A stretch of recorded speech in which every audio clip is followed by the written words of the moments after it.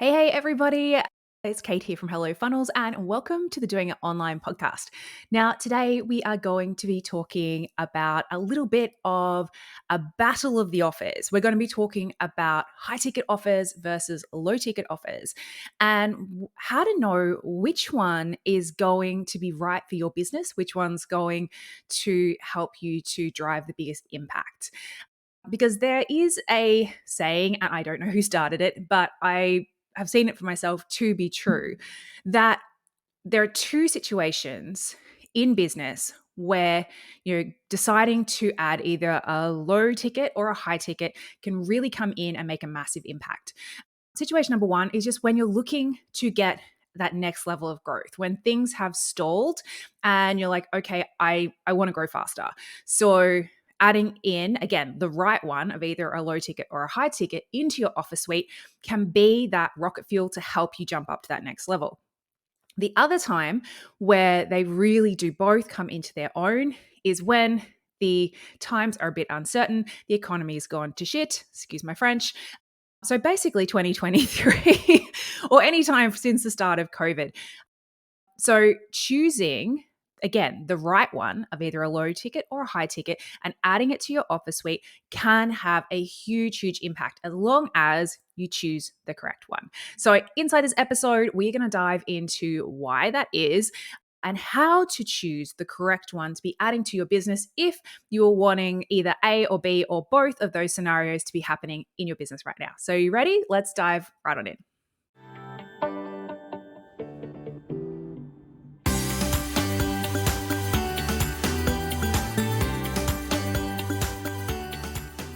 Okay, guys. So as I mentioned in the intro, when the economy is not doing amazing, when clients and customers are a little bit more hesitant, a little bit more reserved, you could say, with their buying choices, then you need to shake things up. You need to usually add something different into the mix to kind of counteract that problem.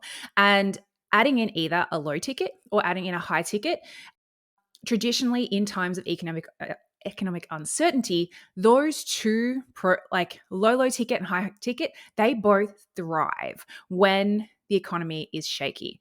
Now, for those of you who have more of a mid tier, so that's anything sort of $1,000, $2,000 ish kind of mark, I was listening to this going, oh crap, like I have those things, and maybe your sales have slowed down, maybe you're seeing this already.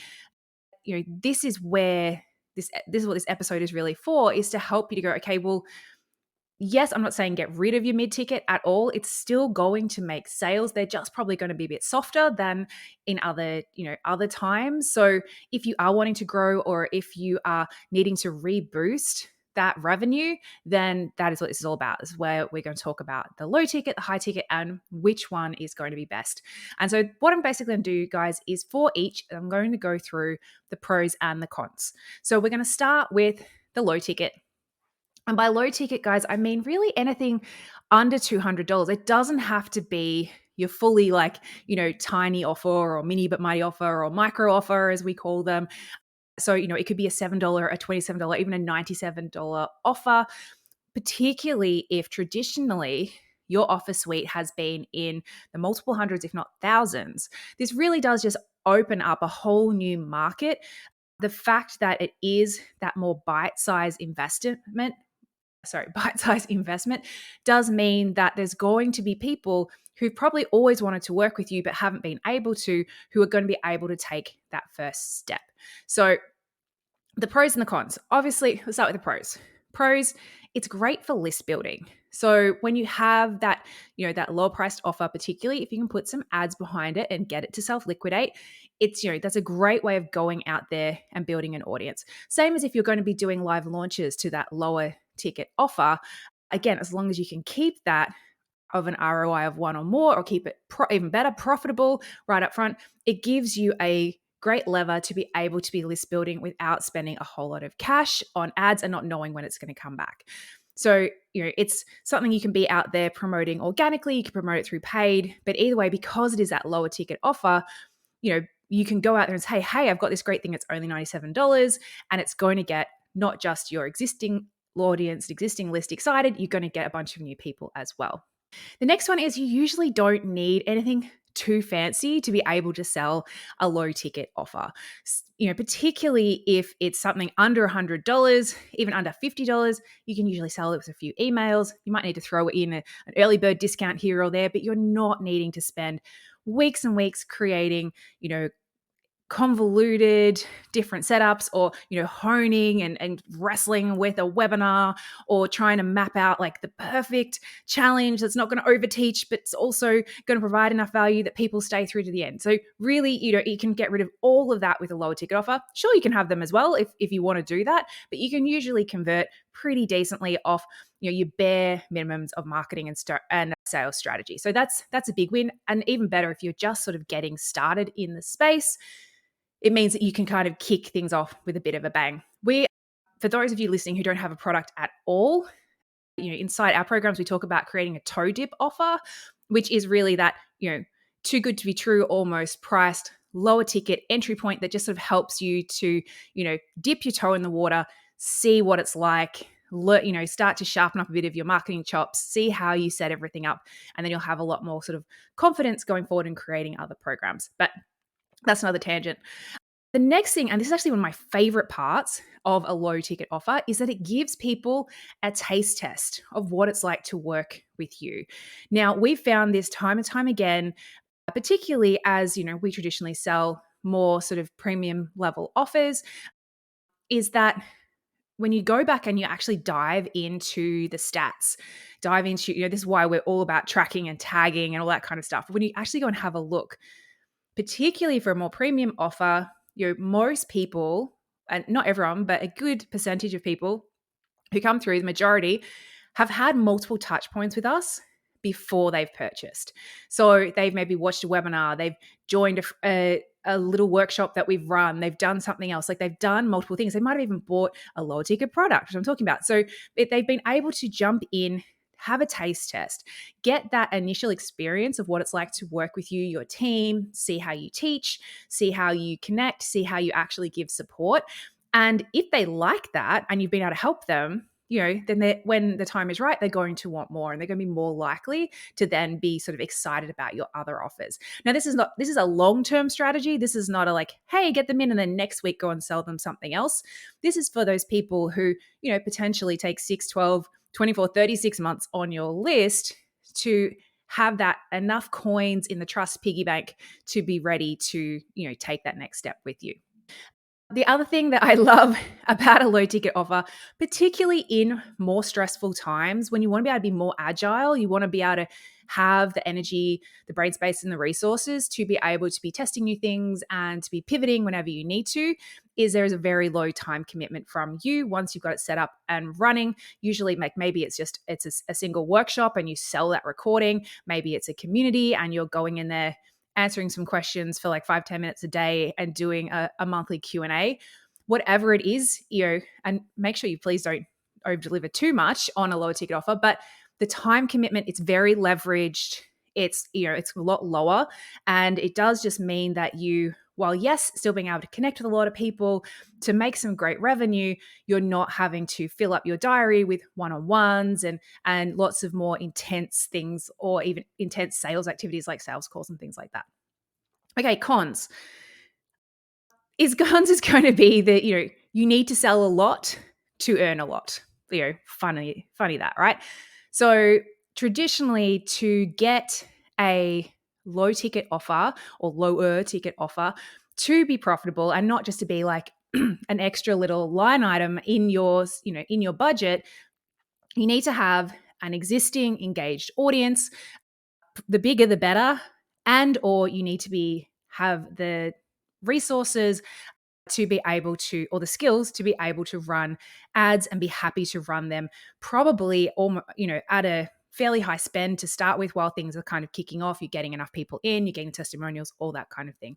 So that might sound a bit counterintuitive, but particularly if you're building up something like a membership where you're expecting people to stay on for multiple months, you really want to make sure those first couple of months you're getting as many people in as possible so it gets buzzing as quickly as possible, and then you're going to have that nice recurring revenue reflected months to come.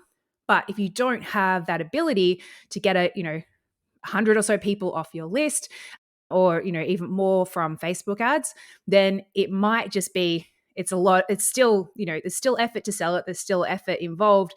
And if you're only going to be getting a handful of them, maybe that doesn't, maybe that calculation, that sort of time, energy, effort ROI doesn't add up. Then another big con, excuse me, and this is always something to be aware of, is again, when you are going and selling something that's potentially going to have hundreds, if not thousands of customers, you then have usually a big uptick in your customer service time. So you definitely want to make sure you have someone on your team who is answering login requests, answering refund requests, all that kind of stuff, because with that much larger intake of clients, you're going to have a much larger intake of customer service needs. And it does just seem to go hand in hand that when someone has invested a much smaller amount, there generally is a larger amount of customer service percentage-wise requests than something that is a higher ticket. The next one, and again, this is probably more for our introverted people listening like myself, is to just be aware that even though you can set it up to be as leveraged and systemized as you want, that you're only jumping in for a little bit here and there, there is still a toll energy-wise on holding the space for a community of that size, where it's got hundreds of people in it. You will feel some sense of responsibility about keeping it buzzing, making sure like all of these people, it's like you're hosting a party in your house. You want to make sure everyone's having a good time. And that's a lot of people. Like that's not a party. That's like a massive, massive, wedding.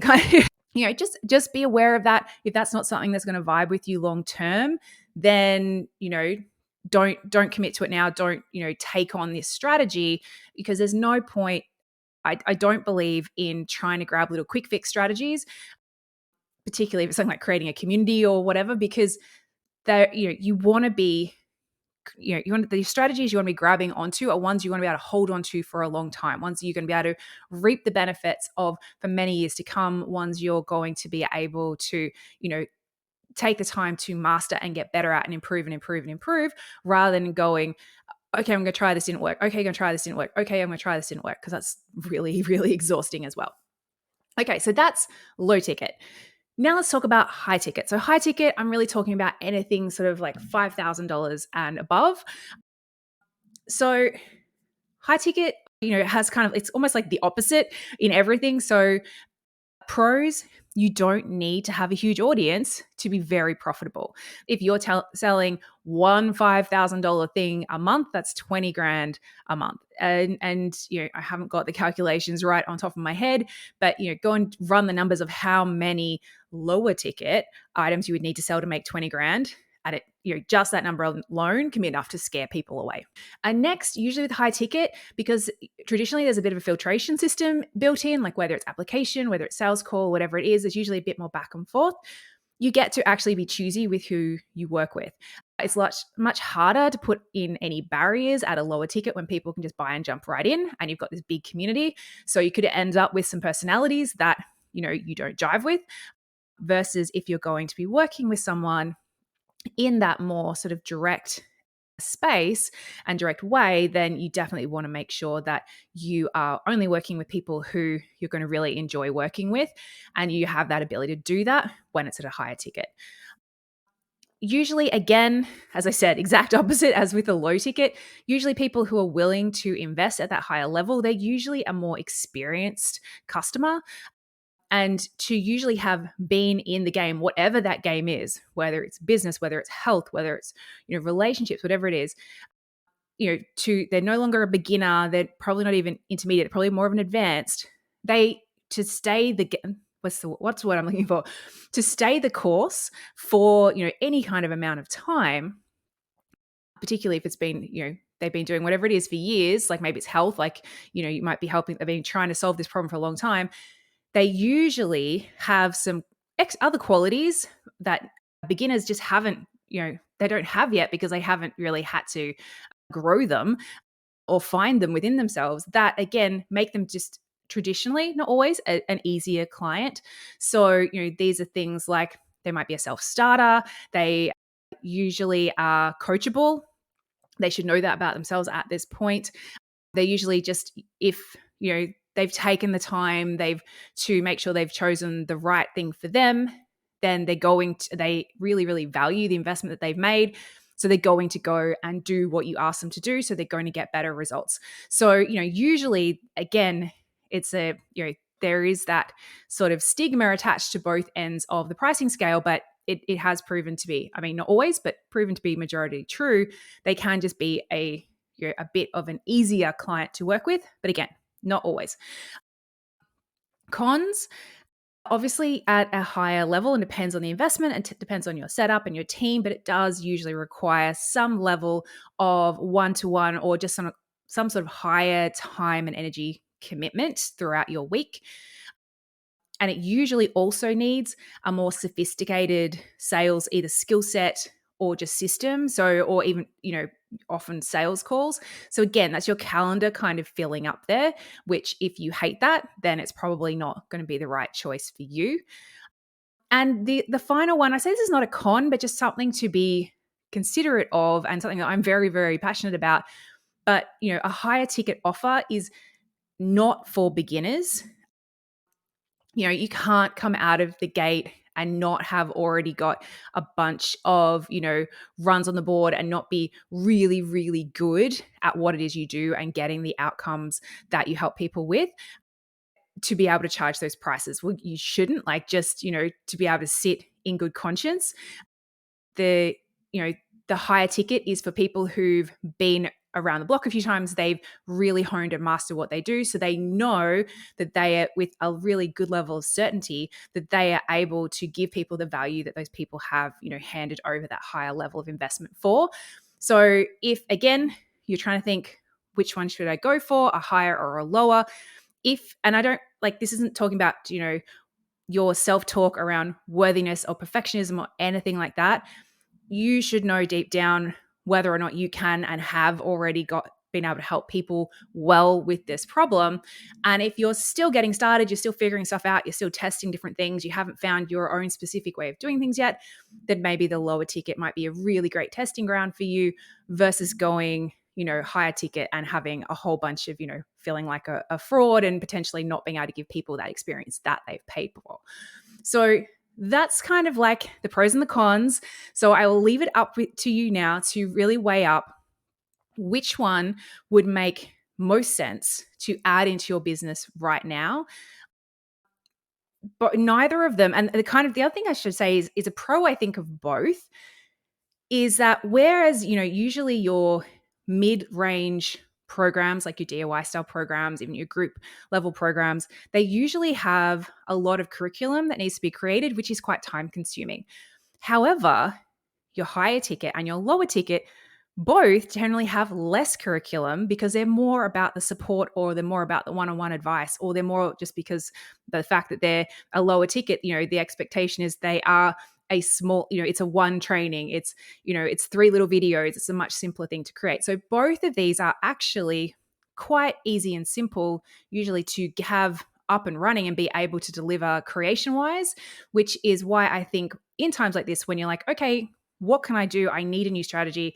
I need to do something radical to shake things up to really make a big difference in the second half of the year.